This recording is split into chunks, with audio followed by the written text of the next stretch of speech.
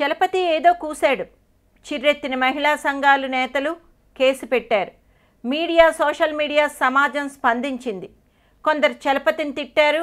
ఇలా తిట్టిపోసిన వాళ్లను గతంలో బాలయ్య విషయంలో ఎందుకు మాట్లాడలేదో అని మరికొందరు తిట్టారు. మరి ఈ ఆర్టిస్టులకు ఓ సంఘం ఉంది కదా, వాళ్ళు ఏమన్నారు? వెంటనే ప్రెస్ మీట్ పెట్టేశారు. చలపతి వ్యాఖ్యల్ని ఖండిస్తున్నాం అంటూనే మంచోడు, పెద్ద మనిషి అని సర్టిఫికెట్లు ఇచ్చేశారు. క్షమాపణ చెప్పాడు, మేము ఖండిస్తున్నాం కాబట్టి విత్డ్రా చేసుకోండి అని అప్పీల్ చేశారు. ఓకే, శివాజీ రాజా కానీ నరేష్ కానీ మాట్లాడిన తీరు సభ్యతతోనే ఉంది. తమలో ఒక సభ్యుడిపై చెలరేగిన వివాదంపై ఒక కన్సర్న్ కనిపించింది. మా వైపు నుంచి మేము జాగ్రత్తగానే ఉంటాం అన్నారు. గుడ్, బాగుంది.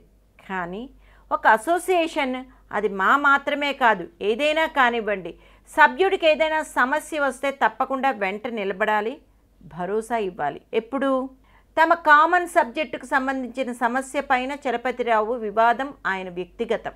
తాను ఏదో కూశాడు, కేసు పెట్టారు, తాను పోరాడతాడు, మా బాబాయ్ మంచోడు, మంచి హృదయం ఉన్నాడు, సారీ చెప్పాడు కదా వదిలేయండి అంటూ మా అసోసియేషన్ వెనకేసుకు రావాల్సిన అవసరం లేదు. నైతికంగా అది మా బాధ్యత అంటే సరే, కానీ రేపొద్దున మీ బాబాయ్ లాగే ఇంకెవరో ఇంకేదో నేరం చేస్తే వాళ్లను వెనకేసుకొస్తారా? నిజంగా అది మా అసోసియేషన్ బాధ్యత. ఒకసారి ఆలోచించుకోండి. నాగార్జున కూడా చలపాయి వ్యాఖ్యల్ని ఖండించాడు. యాంకర్ రవి ఇప్పుడు హీరో అయ్యాడు కదా, మరి మొత్తం ప్రెస్ మీట్లో మీ కన్సర్న్, మీ ఆందోళన, మీ పశ్చాత్తాపం, మీ సమర్థన, మీ అండాదండ, మీ ప్రయాసలో 1% కూడా రవికి దక్కలేదే? అసలు రవి పేరు వినిపించలేదే?